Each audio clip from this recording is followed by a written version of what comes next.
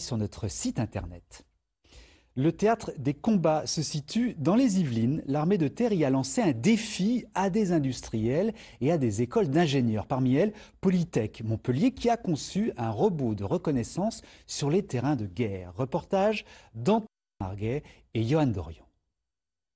Ils ont beau circuler dans un blindé et porter un casque de guerre, ce ne sont pas des militaires, mais bien des étudiants de Polytech, une école d'ingénieurs, l'une des 10 équipes de ce challenge organisé par l'armée de terre. Pendant 3 heures, ils vont devoir déjouer les pièges implantés sur ce terrain militaire. Le but de ce challenge, c'est une mission de reconnaissance en fait. En l'occurrence, nous, on est à l'intérieur d'un véhicule blindé et on doit découvrir des pièges. Les pièges, ils sont matérialisés par les cubes rouges. On doit les découvrir donc seulement en pilotant des satellites depuis l'intérieur du véhicule.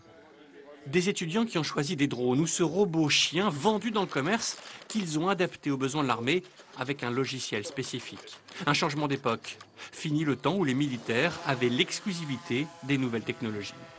Aujourd'hui, il y a eu de très très grosses progressions technologiques, on le voit dans les téléphones portables, dans justement l'électronique grand public, qui a permis de réduire énormément les coûts de production et la puissance accessible, qui fait qu'aujourd'hui, beaucoup d'écoles, beaucoup de laboratoires de recherche ont des capacités d'équipement et d'utilisation. Mais dans ce concours, il y a aussi des industriels beaucoup plus habitués à l'armée, comme avec ce véhicule radiocommandé mis au point par Serra Engineering. Car avec cet exercice, les militaires veulent surtout des solutions innovantes. Et j'ai voulu ouvrir le spectre le plus largement possible au monde de la recherche, au monde des écoles d'ingénieurs, aux industries habituellement dans l'écosystème défense et à des startups pas du tout habituées au monde militaire. Et grâce à ça, j'ai une variété de réponses qui est absolument essentielle pour nourrir la réflexion et puis nous bousculer un petit peu dans nos perceptions habituelles.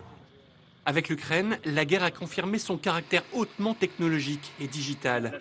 Alors avec ce challenge, l'armée française espère identifier les nouvelles armes qui serviront dans les prochains conflits.